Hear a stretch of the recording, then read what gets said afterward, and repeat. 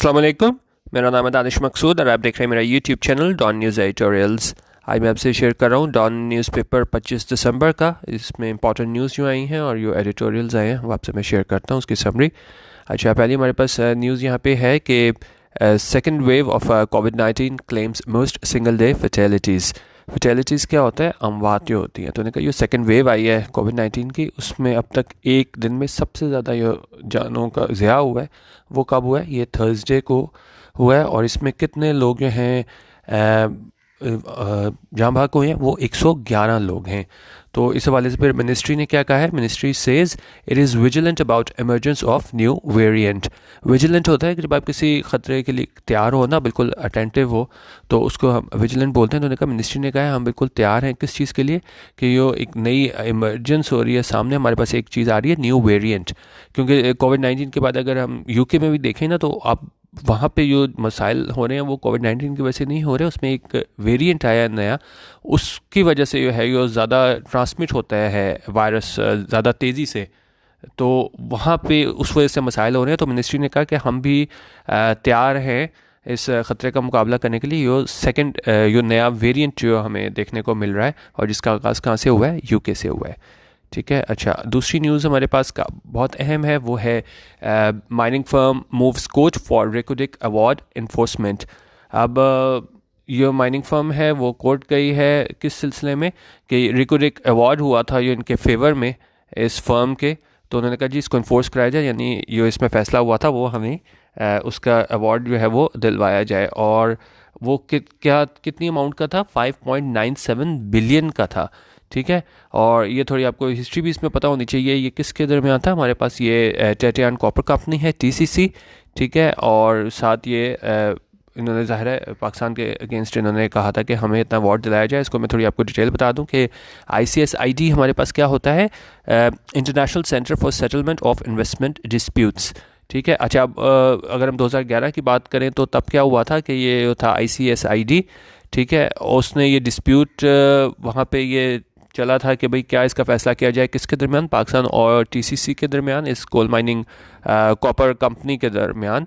और उसमें क्या हुआ था? उन्होंने 8.5 बिलियन जो है वो डैमेजेस मांगे थे। किस लिए? फॉर रिजेक्शन ऑफ इस एप्लीकेशन, क्योंकि एप्लीकेशन जो है इस कंपनी की वो रद्द कर दी गई थी। किसकी जानिब से? माइनिंग अथॉरिटीज़ की जानिब से, बलूचिस्तान की।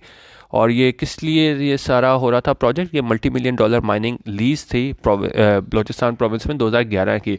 तो जब ये इन्हें नहीं दी गई थी, इनकी एप्लीकेशन को रद्द कर दिया गया था माइनिंग अथॉरिटीज़ की जानिब से, तो फिर इन्होंने ये ICSID वहाँ पे गए और उन्होंने कहा कि जी हमें इतना हमारा नुकसान हुआ है तो हमें 8.5 बिलियन डॉलर जो हैं वो दिलाए जाएं। अच्छा, और वहाँ पे अगर हम बात करें तो अवार्ड इनको कितने का हुआ था? 5.97 बिलियन डॉलर्स का। ठीक है। और ये इन्होंने जब इनके हक़ में फ़ैसला हो गया था 5.97 बिलियन डॉलर्स का, तो अब ये लोग चले गए हैं कहाँ पे? TCC वाले, ये high court of justice in British virgin islands, वहाँ पे उन्होंने गए हैं और उन्होंने कहा कि जी इसको इन्फोर्स कराया जाए और हमें जो है ना वो इतनी अमाउंट दिलवाई जाए। अच्छा, अब इसके जवाब में हमारे पास अटॉर्नी जनरल ऑफ पाकिस्तान की अगर हम बात करें तो वो क्या कह रहे हैं? AGP ऑफिस सेज, वो कहते हैं government is contesting the proceedings, के हम जो है इसका कंटेस्ट करेंगे, इसका मुकाबला करेंगे, जवाब देंगे इन प्रोसीडिंग्स का जो ये कह रहे हैं कंपनी के जी हमें इतना ज़्यादा जो है वो अमाउंट दिलवाई जाए। While it is also trying to settle the matter amicably. और उनका जबकि वो साथ ये भी कोशिश कर रहे हैं कि इस सारे मैटर को जो है वो एमिकेबली जो है वो सेटल किया जाए। मतलब आप उस तरफ ना जाएं लीगल प्रोसीडिंग्स में और जितने ज़्यादा ये है जाना है, क्योंकि इसमें पाकिस्तान का केस जो है वो बहुत कमज़ोर है और इतनी ज़्यादा अमाउंट जो है ख़ासतौर पे अगर हम देखें कि कोविड के बाद भी जितनी ज़्यादा हमारी इकॉनमी मुतासिर है और अगर इतना ज़्यादा हमें अमाउंट देनी पड़ जाए, तो इसी वजह से AGP ऑफिस का कहना है कि हमारी कोशिश होगी कि हम इस सारे मैटर को एमिकेबली यानी अफ़ाम तफ़हीम से मिल बैठ के आराम से प्यार मोहब्बत से इसको यह है सेटल कर सकें, बजाय इसके कि हमें इस तरफ इसमें जाना पड़े इसकी इन्फोर्समेंट में। क्योंकि अगर हमें करना पड़ गया तो ये बहुत ज़्यादा हमारी इकॉनमी के लिए भी मसाइल का बायस हो गया। तो इसलिए AGP ऑफिस ने कहा है कि हम इसको एमिकेबली सेटल करने की कोशिश करेंगे। नेक्स्ट न्यूज़ हम देखते हैं। अच्छा, काफ़ी हमें वहाँ पे इंडिया की तरफ से बयानात मिलते रहते हैं उनके लीडर्स की जानिब से भी। तो जिसमें वो अपने जारहाना रवैये की बात करते हैं कि जी पाकिस्तान के ख़िलाफ़ एक्शन लिया जाए। तो उस सिलसिले में ये कह रहे हैं कि जी प्राइम मिनिस्टर और COAS यानी chief of army staff vow to go all out for repelling aggression. तो उन्होंने इस अज़म का इजहार किया है कि जी वो क्या करेंगे, to go all out. To go all out का ये होता है कि आप अपनी हर मुमकिन, जिस तरह आप कोशिश कर सकते हो ना, जितनी अपनी हर मुमकिन कोशिश वो करो, तो हम उसे कहते हैं कि जब ऑल आउट गए हो। तो इन दोनों ने कहा है कि हम ऑल आउट जाएंगे क्या करने के लिए, फॉर रिपेलिंग एग्रेशन। ठीक है, तो उसको उन्होंने कहा कि काम करने के लिए जो एग्रेशन हमें दिखाने को मिल रहा है ना इंडिया की जानिब से, तो उसको जो है ना वो हम क्या करेंगे, उसको रिपेल करने के लिए इंडिया की जानिब से ये कहा जा रहा है कि जी हम एग्रेसिव कोई मूव करेंगे। तो उन्होंने कहा हम हर मुमकिन कोशिश करेंगे कि ऐसा जो है ना हो। और इस सिलसिले में इन्होंने क्या किया है, concern voiced over rights violations in health Kashmir. और इन्होंने इस बात में भी तशवीश का इजहार किया है कि जो खिलाफ वर्जियाँ हो रही हैं इंडियन हेल्थ कश्मीर में, ये इंडियन फोर्सेस की जानिब से, उस सिलसिले में भी इन्होंने बातचीत की है। आगे हमारे पास न्यूज़ आई है कि SHC orders release of 4 men charge in Pearl case. कि सिंध हाई कोर्ट ने हुक्म दिया है कि जी 4 लोगों को छोड़ दिया जाए। ये क्या है, चार्ज इन पर्ल केस, इल्ज़ाम था किसमें, ये पर्ल केस में। ठीक है, और यहाँ पे हमारे पास सिंध हाई कोर्ट हमारे पास इसका सब्जेक्ट हो गया, ऑर्डर्स इसकी वर्ब हो गई, और यहाँ पे जो चार्ज है यहाँ पे हमारे पास पास्ट पार्टिसिपल है और ये एडजेक्टिव का काम कर रहा है। और ये बता रहा है कौन से 4 लोग जिन पर इल्ज़ाम था, किसमें, पर्ल केस में। यह है कायद्स बर्थ एनिवर्सरी टुडे। यकीनन अगर हाँ देखा जाए तो मतलब कहने की ज़रूरत नहीं कि अगर कोई एक लीडर पाकिस्तान को मिला है तो वो एक ही लीडर मिला है अब तक। ठीक है, आगे देखते हैं।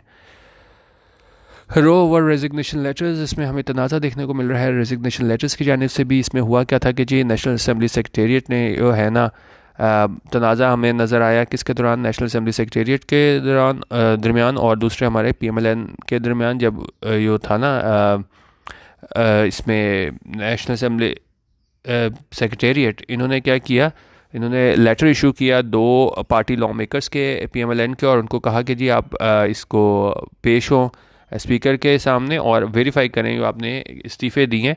But the 2 legislators denying tendering their resignation, लेकिन उन्होंने इनकार कर दिया कि भाई हमने कोई इस्तीफ़ा नहीं दिया। और इसमें कह रहे हैं similar letter has been issued to a PMLN member of the Khyber Pakhtunkhwa assembly by its secretariat. अच्छा, और बिज़नेस के वाले से हम न्यूज़ देखें कि तो fiscal deficit rises by ₹189 billion in July October period. तो उन्होंने कहा फिस्कल डेफिसिट जो है वो बढ़ गया है कितने से, 189 बिलियन से किस पीरियड में, इस जुलाई अक्टूबर में।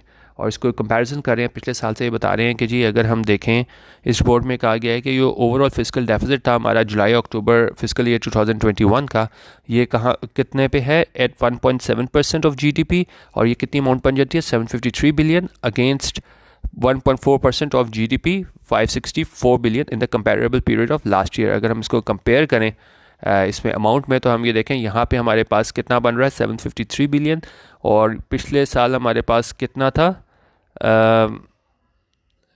564 बिलियन। तो यहाँ से अगर हम 753 को 564 को यहाँ पे हम माइनस करते हैं तो हमारे पास ये चीज़ आ जाती है 189 बिलियन का। ये कह रहे हैं कि जो हमारे पास फिस्कल डेफिसिट जो है वो बढ़ गया है इतने से। तो यहाँ से ये कंपेयर कर रहे हैं ईयर ऑन ईयर।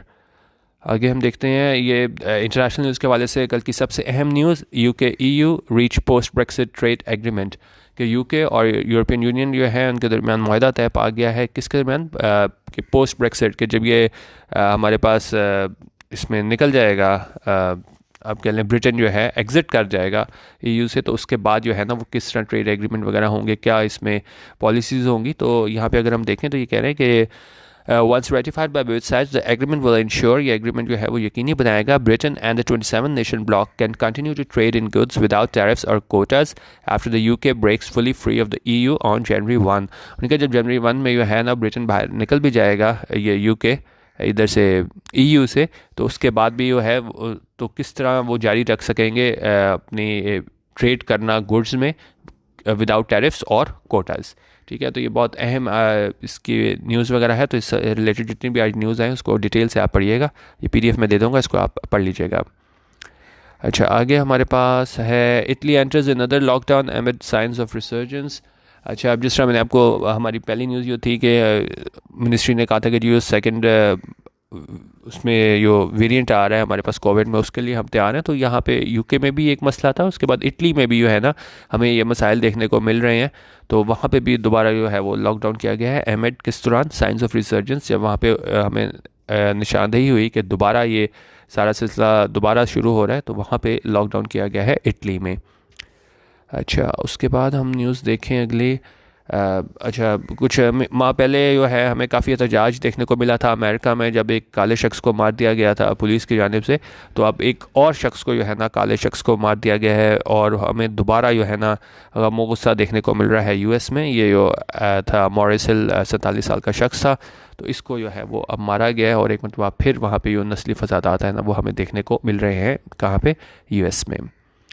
अच्छा, आगे है हमारे पास अच्छा, अब आगे थोड़ा सा एडिटोरियल में आपको थोड़ी समरी टाइप दे देता हूँ।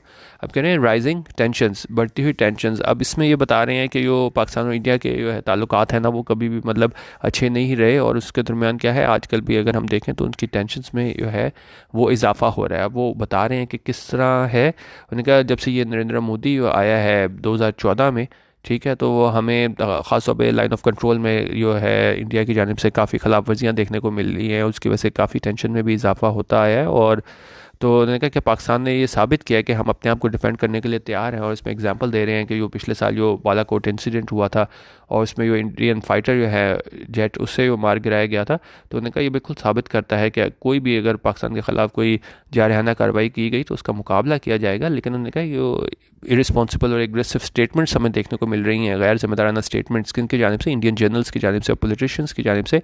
तो उन्होंने कहा ये बात साबित करती है कि जो न्यू दिल्ली है वो इस मूड में नहीं है कि अमन की तलाशी नहीं है।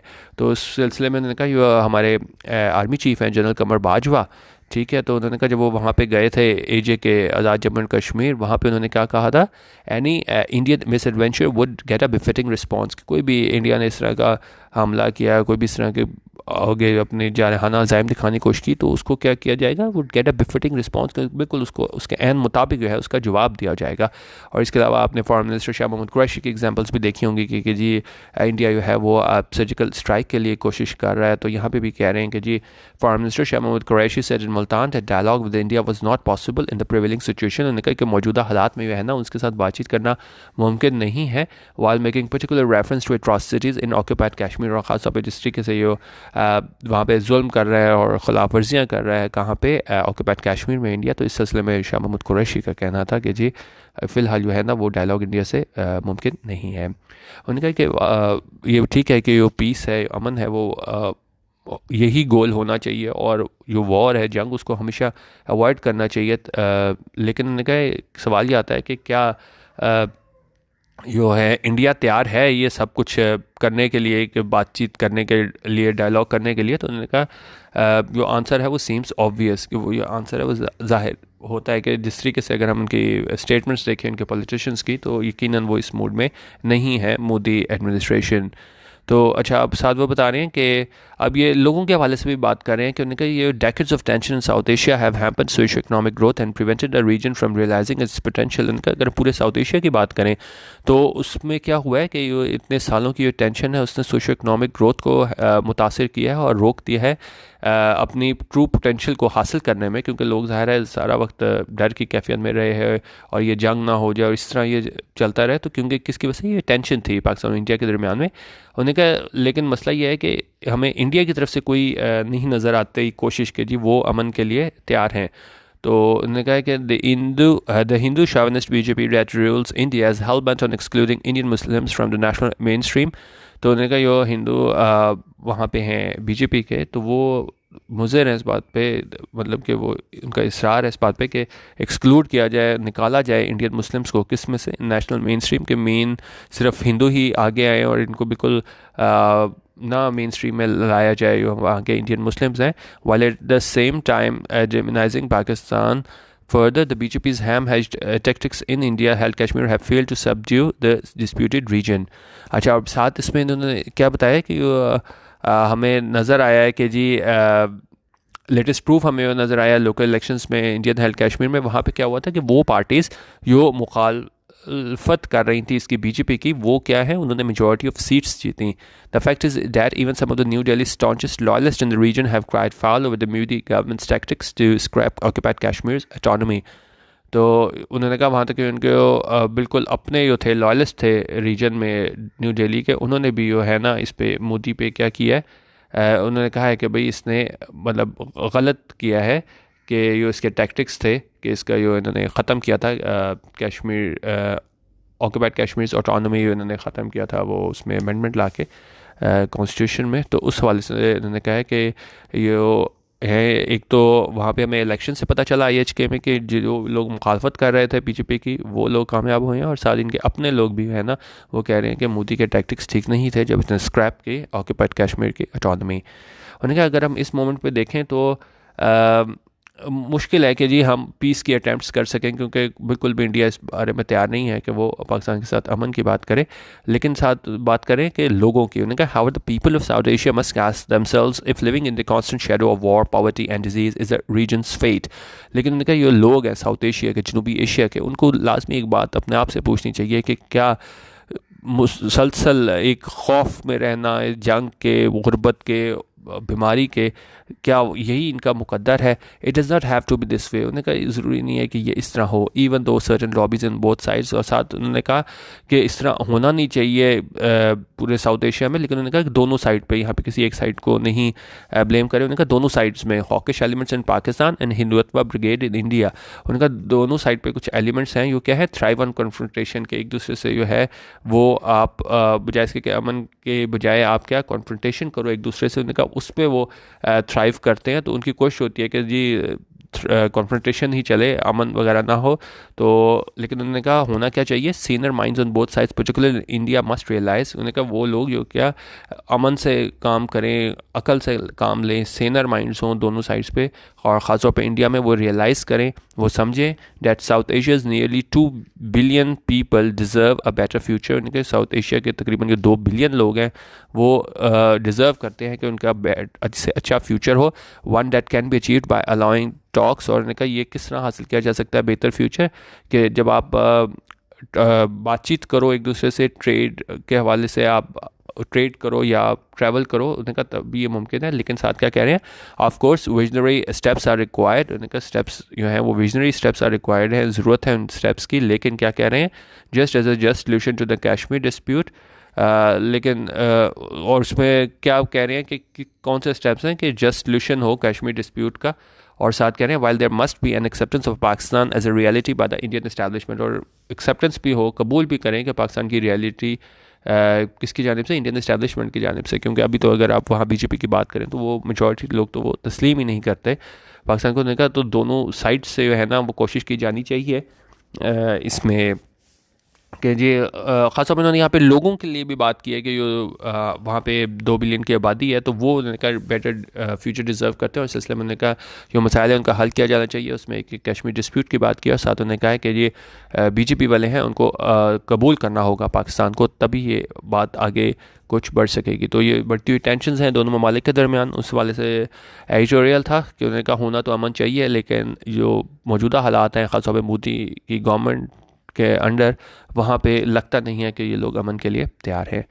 अब अगला हमारा एडिटोरियल है सीट पॉलिसी के हवाले से। ये थोड़ा सा मैं आपको सिर्फ बता देता हूँ कि इसमें उन्होंने कहा है कि जी जो है अच्छे सीड की जो है ना बीज की वो बहुत ज़्यादा ज़रूरत है हमारे पास। किस चीज़ के लिए, कि अगर हमने मुख्तलिफ क्रॉप्स में जो है ना वो हाई यील्ड लेनी है तो ठीक है। तो उन्होंने कहा कि इसके लिए बहुत है, तो इसके लिए साथ उन्होंने सीड पॉलिसी के हवाले से बात की है ख़ासतौर पे, क्योंकि हम ज़राई मुल्क हैं। तो यहाँ पे वो बता रहे हैं कि कितनी ज़रूरत है हमारे पास एक हमारे पास जामे सीड पॉलिसी हो।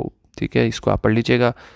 और इसके अलावा हमारे पास माइनिंग एक्सीडेंट्स है, ये भी मतलब इसमें उन्होंने हालात बताए हुए हैं ख़ासतौर पे बलूचिस्तान वगैरह में जो हमें वाक़यात देखने को मिले, बड़े अफसोसनाक वाक़यात थे। कुछ लोगों की जानें भी गई, कुछ को बचा भी लिया गया। लेकिन साथ उन्होंने बता रहे हैं कि जो इंसिडेंट्स वहाँ पे हुए वो ये बताते हैं कि जी कितनी हमें ज़रूरत है कि हम प्रॉपर सेफ्टी स्टैंडर्ड्स जो हैं उनको अडॉप्ट करें और साथ मॉडर्न माइनिंग मेथड्स यूज़ करें।